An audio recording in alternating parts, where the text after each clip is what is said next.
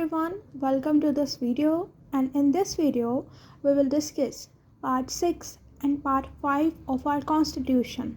So इसका benefit ये होगा कि part 6 and part 5 दोनों इकट्ठे रिवाइज हो जाएंगे एंड वीडियोस पार्ट्स में आएंगी, बहुत लेंथी नहीं होंगी, तो एक सीरीज़ बन जाएगी, एक प्लेलिस्ट इसकी फॉर्म हो जाएगी एंड आपके लिए रिवाइज करना और अगर आप पहली बार पढ़ रहे हो तो नोट्स बनाने आसान हो जाएंगे।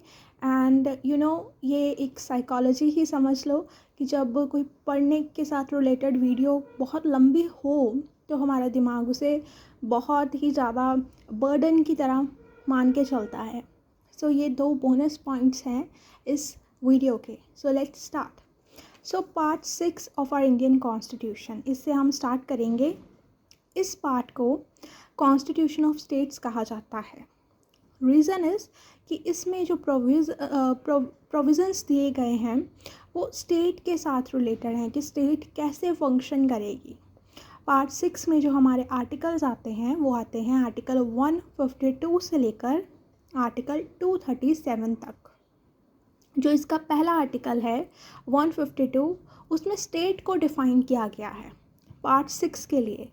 इसमें स्टेट जहाँ वर्ड यूज़ होगा पार्ट 6 में उससे क्या अर्थ है, क्या मतलब है, वो आर्टिकल 152 में दिया गया है।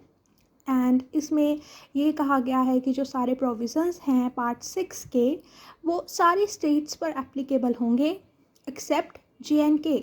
क्यों?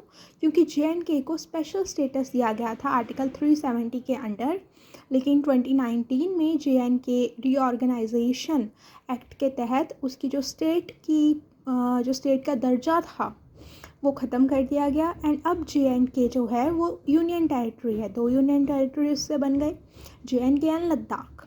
तो अब वहाँ पे UT के जो हमारे प्रोविज़न्स हैं वो लगते हैं, लेकिन जो ये पार्ट 6 है हमारा, ये पूरे के पूरे 28 स्टेट्स पर लागू होता है।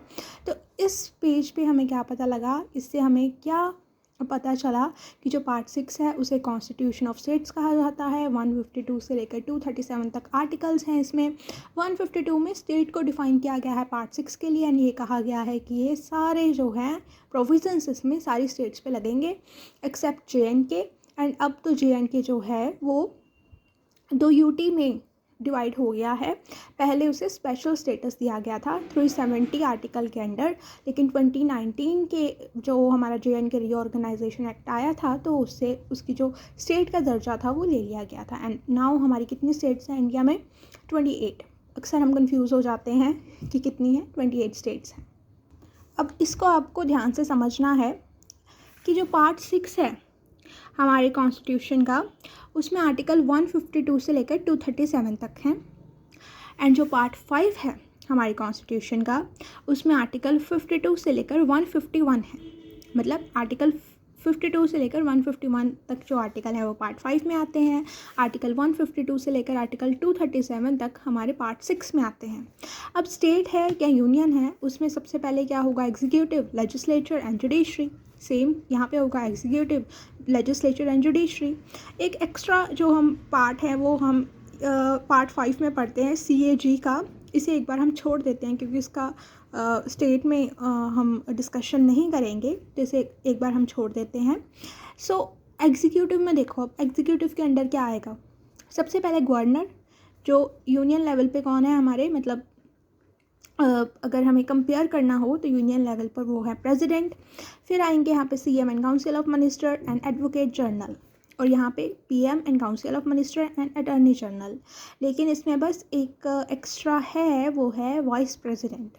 फिर लेजिस्लेचर डिवीज़न आ जाती है हमारी, जिसमें है governor, legislative assembly, legislative council and इधर आ जाता है हमारा पार्लियामेंट। ये सबको मालूम है, president, Lok Sabha and Rajya Sabha.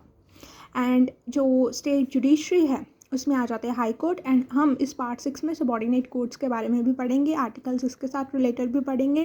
And union judiciary में आ जाती है हमारी सुप्रीम कोर्ट। इसे हम एक बार छोड़ देते हैं इस फ्लो चार्ट में। एंड देन अब मैं आपको एक स्पेशल पॉइंट बताऊंगी, वो है लेजिस्लेटिव काउंसिल का।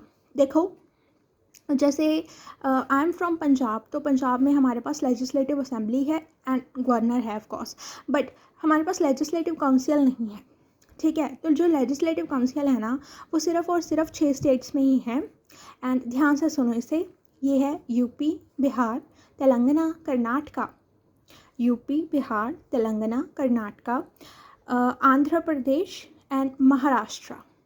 ओके, तो इसमें बाई कैमरल लेजिस्लेचर है। बाकी सारे जो हमारे स्टेट्स हैं उसमें सिर्फ ये दोनों ही पार्ट होते हैं लेजिस्लेटिव डिवीज़न का। एंड जो हमारी लेजिस्लेटिव काउंसिल थी वो JNK में भी थी जब वो स्टेट था। ओके, अब हम थोड़ा से उस पार्ट पर जाएंगे जिसका हम सबको इंतज़ार था, एंड वो था इनको स्टार्ट करना। सो देखो, हम गवर्नर से स्टार्ट करेंगे और इधर प्रेसिडेंट के साथ स्टार्टिंग करेंगे अपनी, ठीक है। तो देखो, जो गवर्नर है वो हेड ऑफ़ स्टेट हैं, हेड ऑफ़ स्टेट एग्जीक्यूटिव हैं, ठीक है। और जो प्रेसिडेंट है वो हेड ऑफ़ यूनियन एग्जीक्यूटिव हैं। जो प्रेसिडेंट है ना, वो देश के फर्स्ट सिटीज़न होते हैं। जब वो सेंसस वगैरह होती हैं तो उसमें सबसे पहले इनको ही काउंट किया जाता है। ऑल राइट, तो ये भी क्या है, स्टेट एग्जीक्यूटिव के हेड हैं, ये यूनियन एग्जीक्यूटिव के हेड हैं, ये फर्स्ट सिटीज़न ऑफ इंडिया है। एंड सेंसस के दौरान इन्हें सबसे पहले काउंट किया जाता है। अब इनके जो आर्टिकल हैं गवर्नर के, वो है 153 से लेकर 167 तक। ये याद ही रखने पड़ेंगे, ठीक है। एंड प्रेसिडेंट के हैं 52 से लेकर 62 तक। बट टेंशन नहीं लेनी, जैसे जैसे हम गवर्नर का टॉपिक पढ़ते जाएंगे तो एक एक आर्टिकल जब हम रीड करेंगे तो वो अपने आप ही याद हो जाएगा। जैसे जो आर्टिकल 153 है वो इस बात का जिक्र करता है कि जो गवर्नर है वो होने चाहिए, एक पर्सन जो है गवर्नर, उसकी पोजीशन होनी चाहिए स्टेट में। एंड सेम आर्टिकल 52 जो है हमारा वो कहता है, एंड वो क्या कहता है कि स्टेट का एक प्रेसिडेंट होना चाहिए, ठीक है। तो आर्टिकल 153 क्या कह रहा है कि गवर्नर होना चाहिए, एंड मतलब स्टेट का। एंड यहाँ पे आर्टिकल 52 क्या कह रहा है कि इंडिया का भी एक मतलब प्रेसिडेंट होना चाहिए। अब जो गवर्नर है वो आपने सुना होगा एंड मालूम होगा कि जो गवर्नर है वो एक ही पर्सन 2 या 2 से ज़्यादा स्टेट का गवर्नर हो सकता है।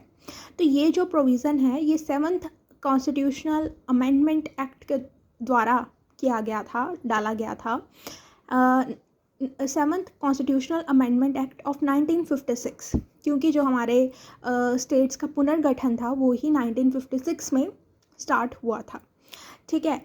और ये जो हमारी पोस्ट है गवर्नर की वो हमने किससे ली है, क्योंकि इंडिया का बहुत जो लार्ज प्रोपोर्शन है कॉन्स्टिट्यूशन का वो फॉरेन सोर्सेज से लिया गया है, एंड ये लिया गया है कैनेडियन कॉन्स्टिट्यूशन से। ओके, एंड जो हमारे पार्लियामेंट्री टाइप ऑफ गवर्नमेंट है वो हमने कहाँ से इंस्पिरेशन ली है, कहाँ से अडॉप्ट की है, ब्रिटेन से। ब्रिटेन में क्या है, जो प्लेस ब्रिटिश क्राउन की होती है वो हमने प्रेसिडेंट को दे दी, क्योंकि हमारी क्या है, डेमोक्रेटिक गवर्नमेंट है। तो जो ये कंसेप्ट है कि एक इलेक्टेड प्रेसिडेंट होना चाहिए वो हमने USA से लिया है, लेकिन प्रेसिडेंट की पोस्ट ब्रिटेन से ली है।